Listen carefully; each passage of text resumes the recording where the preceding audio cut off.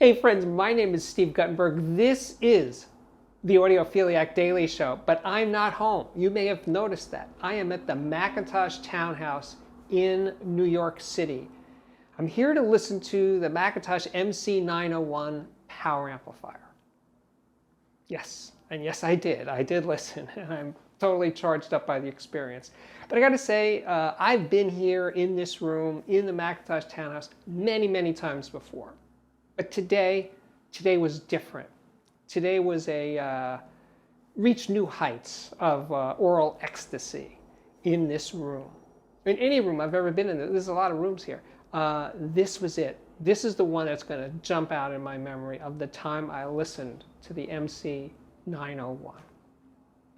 But before I get into the details of that, McIntosh has to be the most iconic high-end audio brand in the known universe. They've been doing it since 1946, I think, and they've been doing it in Binghamton, New York, and they're still there in Binghamton, New York, making McIntosh electronics. That blows my mind, you know. Just, they're doing it right, why change? You know, if it works, don't fix it. I've been to that factory, I've watched them make stuff, I've watched them wind output transformers right there. They make their own chassis there. They do a lot there. It's not just assembling parts that come in from other places, they make stuff. That's kind of unusual nowadays. Anyway, but I'm here to hear the 901, the MC901, which is even by McIntosh standards, a very different kind of amplifier. And here's why. It's a monoblock amplifier, but it actually has two complete amplifiers in each chassis. There's a 300 watt tube amplifier with 8 KT88 power tubes, 4 12AT7 signal tubes, and 2 more 12AX signal tubes. And then there's the solid state amplifier, 600 watts. The solid state amplifier has an output transformer, actually an autoformer. And it puts out the same 600 watts into 2 ohms, 4 ohms, or 8 ohms. Likewise, the tube amplifier has a special, can't think of the name right now, the tube amplifier also has an output transformer and puts out 300 watts into 2 ohms, 4 ohms, or 8 ohms. Now the thing about having these two amplifiers in one chassis, it actually makes some things possible that would otherwise be a little more complicated, actually a lot more complicated to pull off. Mainly that you can bi-amplify passive speakers, right? You can basically have the tube amplifier handle the mid-range and treble of a bi-wireable speaker and have the solid-state amplifier running the woofers. And then there's crossovers. So there's a crossover for the mid-range tweeter for the tube amp from 100 hertz to 1K. And then for the woofer, 100 hertz to 1K as well. So you can set them the same, you can set them differently. I'll get into that a little bit later. But anyway, you have adjustability there, and you also control the level of each amplifier separately. Or you could bypass the crossovers entirely and run full range signal out of the tube amplifier and also the solid state amplifier. So flexibility is key. And by the way, the front panel has that classic McIntosh meter, but it has 2 meters, 1 meter for the tube amp, 1 meter for the solid state. Pretty neat. Oh, the price. You want to know the price. Well, guess what? It's really expensive. They're $35,000 a pair, or if you want to have a multi-channel system, they're $17,500 each. So what else can I tell you? Well, it's pretty much it. They're heavy. They weigh 180 pounds. I didn't lift them, but trust me, they're heavy. Now the speakers that I used today are Sonus Faber Cremonese. Now I'm totally mangling the name, and the details, more accurate information, etc. is always going to be in the description box. So to conduct this test, and obviously this is not a formal review, not that I ever do formal reviews, but I'm doing this not in my room, so I'm just giving you my impressions. But the advantage of not being in my room is, and being in the McIntosh Townhouse, is I can play things as loud as I freaking want. There's no limits, right? There's no neighbors on any side of this. So yes, I took advantage of the loud capability to the max, as loud as I could stand. I'm sure this could have gone way louder than I was ever playing it. But I played it, for me, really freaking loud. But the thing is, yeah, it's a tube amplifier and a solid state amplifier married together in one box. But you know what? It sounds like one amplifier. It sounds like a solid state amplifier. It's not a tubey sounding amplifier. If you think of McIntosh tubes as being, soft or rolled or warm or mushy, not this one. not by a long shot. No, it is fast and clean and tight and precise sounding. So that was good, right? And that power capability is kind of addicting, even for me. And I'm not into loud. So I was having a good time. So I was playing this guy, Tommy Guillermo, and he's a guitar player, and he's into tremolo and reverb and a big space. It's almost like an ambient recording.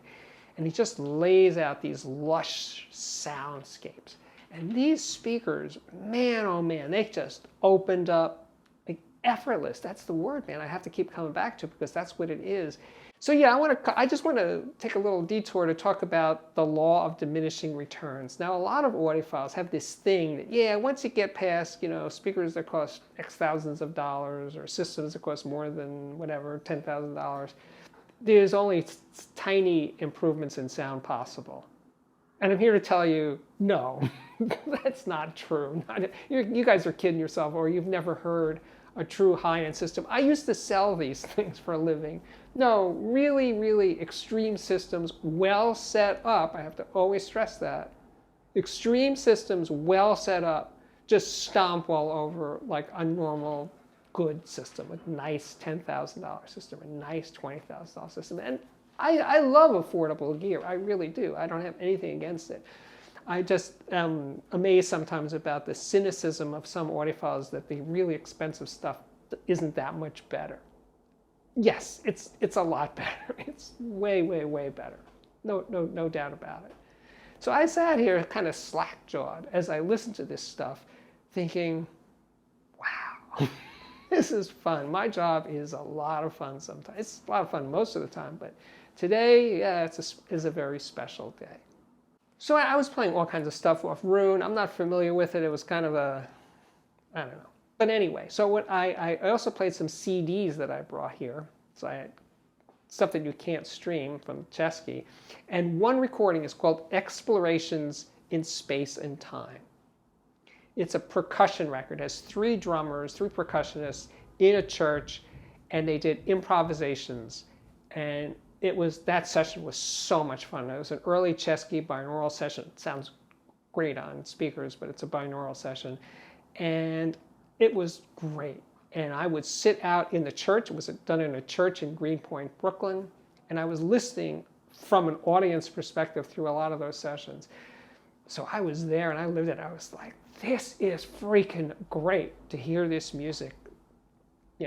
I was the audience of one. But anyway, so it was recorded and captured without dynamic range compression or equalization. And I'm playing this music over these speakers. And here's what I heard other than my excitement of hearing it, right? They sounded like horns. They had no dynamic range compression. The speakers just handled those dynamics. Those guys wailing on drums and wailing on percussion and all sorts of little instruments and big instruments, big bass drums. And I'm playing it louder and louder and louder. And when you play music loud over a system that can do that effortlessly, it is like listening to horns. There's not much distinction there if you have the power, if you have that much power on tap. It sounds like horns. There's nothing that I can imagine a horn doing better than this. It's not to say it's not true, it's not possible. I'm just saying the way I feel today, right now, I had no horn envy. It's not like I wished for horns. No, because I was just getting everything. And those little tinkly percussion things and little bells and stuff, it's not just the power, it's the little details, those little bursts of sound. Wow. And the air and the space of that church were coming through these speakers, these Sonus Fabers. Really, really spectacular. So then I played this other recording, Wycliffe Gordon and his New Orleans big band, recorded in Brooklyn in this church. with a binaural head, and the energy, the forward momentum quality of this music was so well captured here, so well reproduced. So yeah, I was playing it loud. I was playing it, well, as loud as I remember it being, and it was freaking right. It just had that quality. And you know, those guys in that band just had this feel to the music. It's in their bones, you know. There wasn't a lot of takes required to do each tune because they just lived this music and just laid it down. And to hear it back and feeling that music the way I did when it was really live, that's what this is all about. That's what high-end audio can, at its best, with the right recording that isn't compressed and not screwed around with, which unfortunately most music is. When you hear recordings, and a lot of older recordings from the 50s and stuff, the recording technology was primitive, but there was less of an inclination to screw around with it like modern recordings. So it's not just audiophile recordings like Chesky, but any well-recorded piece of music, more likely to happen in the 50s and 60s than decades later. But when you hear that, you wonder, why can't all music sound like that? What is the freaking problem? Why can't they just let it just capture what really went down? But they don't. But anyway, so I listened to this recording with a big smile on my face saying, I love my job. So, and by the way, little detour. So because of the adjustability of the crossover, we started out with it, let's say, flat at 250 hertz. So 250 hertz up going to the mid-range and tweeter from the tube amplifier, 250 hertz down going to the woofer with at the same level. Great. But then I said, you know, I'd like it to be a little warmer. So we turned down the mid-range and tweeter 2 dB relative to the woofers. That sounded really good. It did what I wanted it to do. It warmed up the sound. I was encouraged, so I actually turned up the woofers, I think 1 or 2 dB, and it got even fuller. So that kind of flexibility, and so easy to do, is phenomenal. It really is. So you sort of get what you want. You can get it flat. You can have no crossovers. Remember, you can have no crossovers and full range signal to top and bottom and be done with it. Or you can tweak. You can diddle the controls and have it your way, so to speak. So I love the MC901 for that. So it's a full McIntosh system. I will list all the details below. But this has been a review, or an impression, not a review, an impression of the McIntosh MC901 power amplifier. Yep, I had a good time. My name is Steve Guttenberg. This continues to be the Audiophiliac Daily Show, but this time coming to you from the McIntosh Townhouse in Manhattan. If you like what I do, please, by all means, subscribe to this YouTube channel. If you have already subscribed, thank you so much for doing that. I really appreciate the way this channel has grown. It's very, very, very rewarding. What else we got? We got the Patreon. I have a Patreon. It's called patreon.com/audiophiliac. I will link to that below. And we got playlists. We have playlists for more electronics reviews and speaker reviews and headphone reviews and music reviews, plus interviews. Oh, so many great interviews. But I think I'm getting tired. I think my work here is at last complete. So thank you again for watching. And I really do hope to see you back here again very, very soon. Bye-bye.